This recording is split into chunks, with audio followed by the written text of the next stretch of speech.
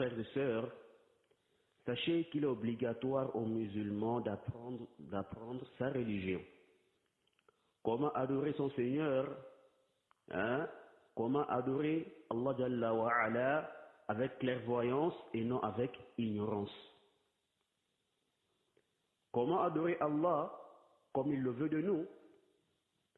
Pour cela, il faut quoi? Il faut la science. On sait très bien que tout le monde ne peut pas devenir quoi? Savant. Mais il y a des choses que le musulman doit impérativement connaître. On doit essayer de plus s'investir, de consacrer ne fût-ce qu'une petite partie de notre temps, n'est-ce pas, à quoi? À l'apprentissage de notre dîn. On doit consacrer, n'est-ce pas, ne fût-ce qu'une petite partie de notre temps pour apprendre la religion. Ce n'est pas logique de voir que des mois passent, des années passent, et nous ne progressons pas dans l'apprentissage de notre religion. Nous essayons de progresser dans nos affaires mondaines. On s'investit à fond pour pouvoir quoi? Évoluer. Pour pouvoir évoluer. Mais du côté religion, les années passent, nous sommes toujours au même niveau. Et nous sommes là, tranquilles, sans s'en soucier.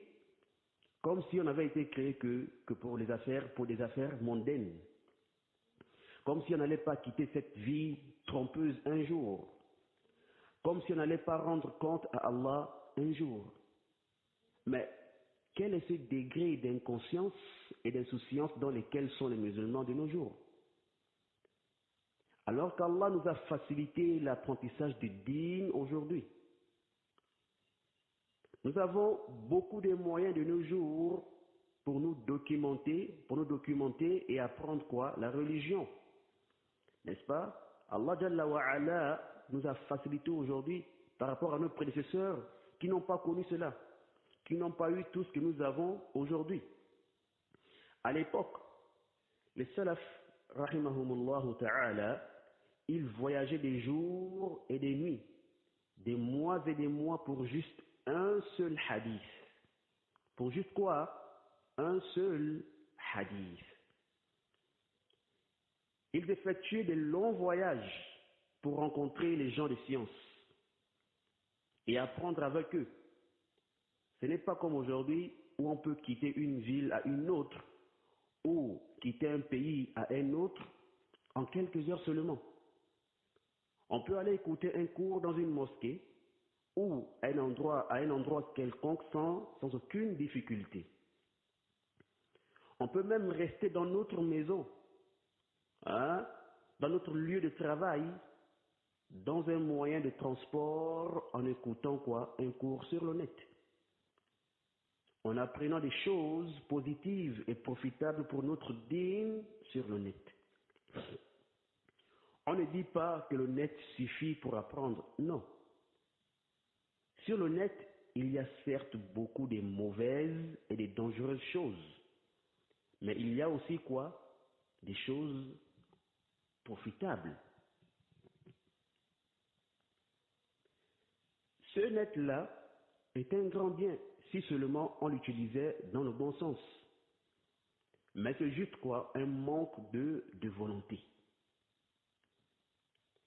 Si vous faites la comparaison entre le nombre de vues des audios et des vidéos du mal, de la perversité, de la débauche, des futilités, et le nombre de vues des audios et des vidéos du bien, des choses relatives au dîn, alors vous-même vous verrez quoi? L'écart qu'il y a entre les deux.